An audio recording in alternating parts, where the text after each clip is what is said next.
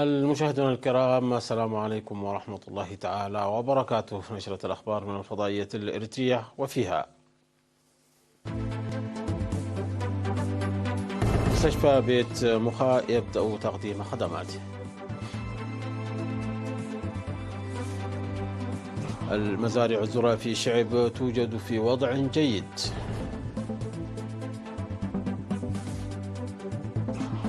جهود لتحسين جودة التعليم في سلعة.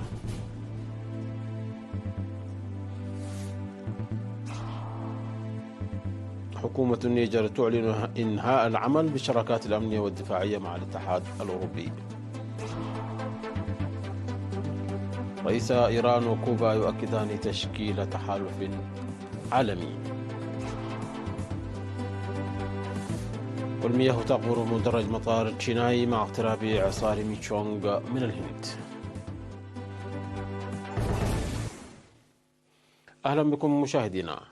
بدأ مستشفى بيت مخا الأهلي الذي تم وقف خدماته المنتظمة بسبب وباء كورونا وتخصيصه كمحجر لمرضى الوباء، بدأ تقديم خدماته العادية عبر تجهيزه بالمعدات الحديثة والقدرات البشرية اللازمة. وأوضح المدير الطبي للمستشفى الدكتور سلمون قبرزقي لوكالة إرنا أن المستشفى يقدم إلى جانب أنشطته العادية خدمات تشخيص مختلف الأمراض والموجات فوق الصوتية والأشعة السينية وخدمات الأمومة وطب الأسنان والعيون وتطعيم الأطفال والأمهات والطب النفسي، كما بدأ تشخيص مرض السل وفيروس نقص المناعة المكتسبة الإيدز. وأشار إلى علاج ما بين 130 و 170 شخصا يوميا في المستشفى خلال الأشهر العشر الماضية، مضيفا أن 2500 مواطن يعانون من أمراض مزمنة مثل ارتفاع ضغط الدم والسكري والربو ويتلقون خدمات مجانية شهريا. وأوضحت مسؤولة قسم الولادة الممرضة سابا تخلي أن القسم المجهز بالمحدات الحديثة يقدم خدمات جيدة ومتكاملة. أوضح مسؤول التنمية الاقتصادية في مديرية الشعب السيد موسى إبراهيم أن مزارع الذرة المزروعة في مساحة 3000 هكتار بحالة جيدة، وأكد ري 5000 هكتار هذا العام بالأمطار والسيول المنحدرة من الهضبة، ورغم ذلك فإن نصف المحاصيل تضررت بسبب السيول.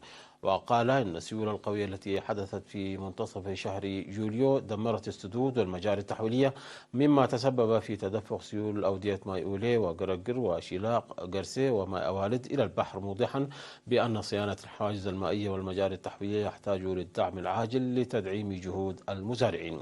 وتوجد في مديرية الشعب مساحة 8752 من الأراضي الزراعية التي تروى بالأمطار الشتوية والسيول المنحدرة من الهضبة. من ناحية أخرى، ذكر مدير ضاحية جنوب منشب السيد عثمان إبراهيم قيام المزارعين بأنشطة نفير لإصلاح الأضرار الناجمة عن السيول. ويشارك في النفير الجاري في شمال وجنوب منشب منذ شهر نوفمبر 500 شخص يوميا.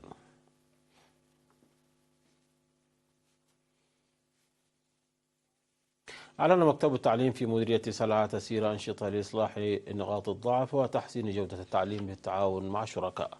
وقال مسؤول المكتب الأستاذ محمد صالح محمد لوكالة إرنا أن مشاكل النقل والتجهيزات الأخرى وعدم تجمع القرى ومقاطعة الطالبات الدراسة هي من بين التحديات الرئيسية، مشيرا إلى أن الجهود جارية لمواجهة هذه التحديات ورفع المشاركة في التعليم. وأوضح وجود 30 مدرسة من رياض الأطفال وحتى المرحلة الثانوية و36 مركزا لمحو الأمية وتنظيم الدورات التدريبية للمعلمين. في غضون ذلك قدم مكتب التعليم في أولي من قاشبركة مساعدة مالية لطالبات المدارس المتوسطة والثانوية في مديرية سلعة لتشجيع وزيادة مشاركة المرأة في التعليم.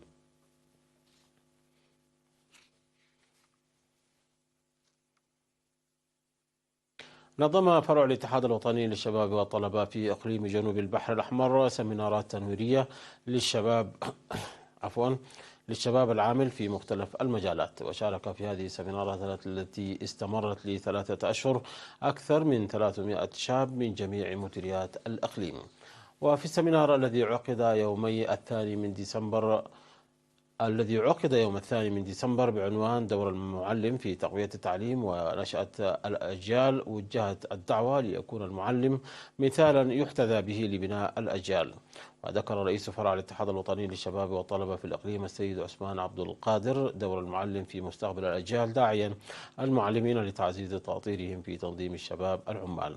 وقال حاكم إقليم جنوب البحر الأحمر السفير محمد سعيد منتاي أن الرؤى الوطنية تتحقق بالعلم والمعرفة والتقانة، وعلى المعلم القيام بدور طليعي في ذلك.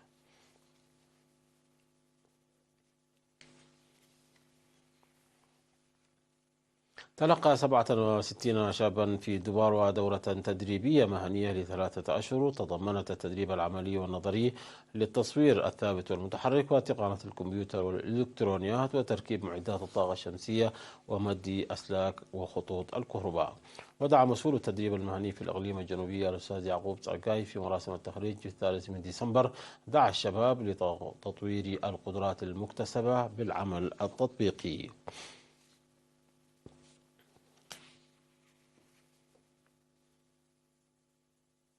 مشاهدينا، نشرتنا تتواصل من الفضائية الإريترية، ولكن بعد فاصل قصير فابقوا معنا.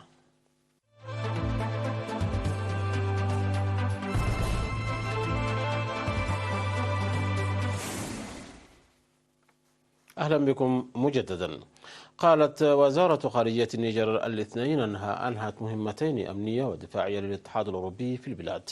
وأعلنت الوزارة في بيان انسحاب دولة النيجر من الاتفاق المبرم بين جمهورية النيجر والاتحاد الأوروبي بشأن مهمة بعثة الاتحاد الأوروبي للسياسة المشتركة للأمن والدفاع في النيجر التابعة للاتحاد الأوروبي.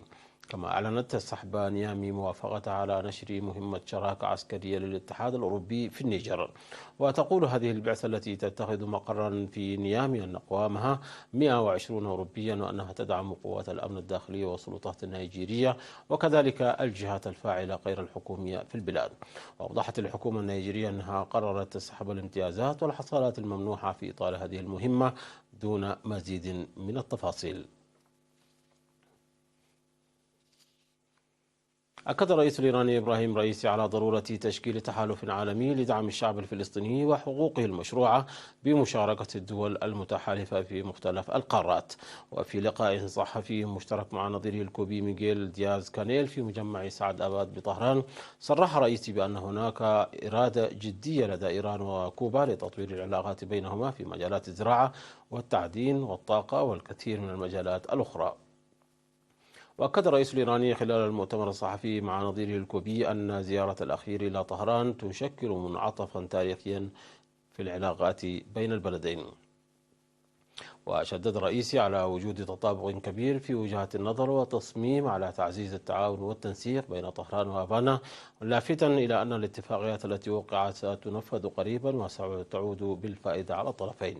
بدوره أكد الرئيس الكوبي ميغيل دياز أن زيارته، وهي الأولى لرئيس كوبي بعد عام 2001، تأتي بهدف تعزيز التعاون الثنائي بين البلدين واستكمال أهداف زيارة الرئيس الإيراني الأخيرة لكوبا.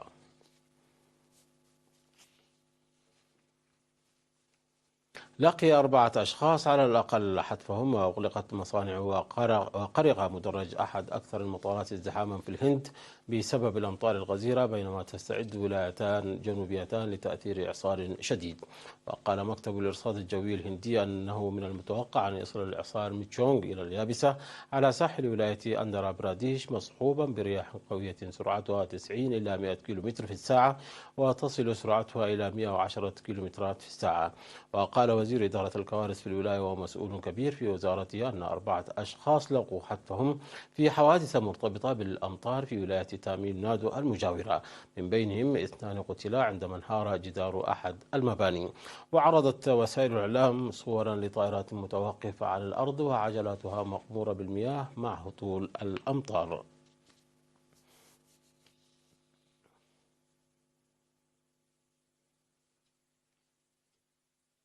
وسط سباق متزايد نحو الفضاء، أعلنت كوريا الجنوبية أنها أجرت بنجاح ثالث تجربة إطلاق صاروخ يعمل بالوقود الصلب يحمل قبرا صناعيا بالقرب من جزيرة جيجو.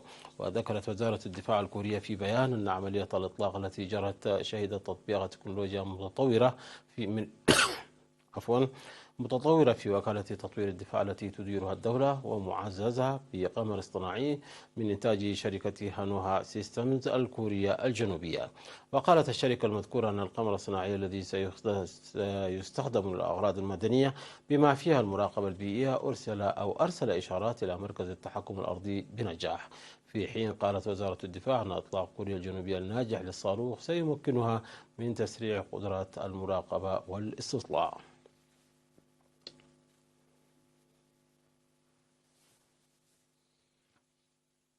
مشاهدينا، قبل الختام إليكم تذكير بأهم ما جاء في هذه النشرة من أنباء. مستشفى بيت مخا يبدأ تقديم خدماته. مزارع الذرة في شعب توجد في أوضاع جيدة.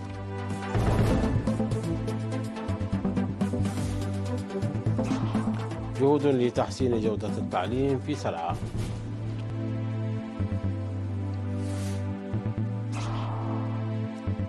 حكومة النيجر تعلن إنهاء العمل بالشراكات الأمنية والدفاعية مع الاتحاد الأوروبي. رئيسا إيران وكوبا يؤكدان تشكيل تحالف عالمي.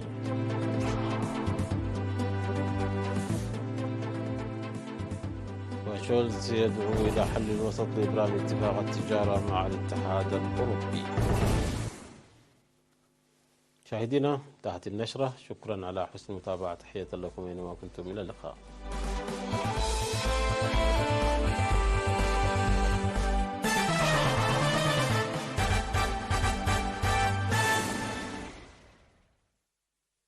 أفزع جوان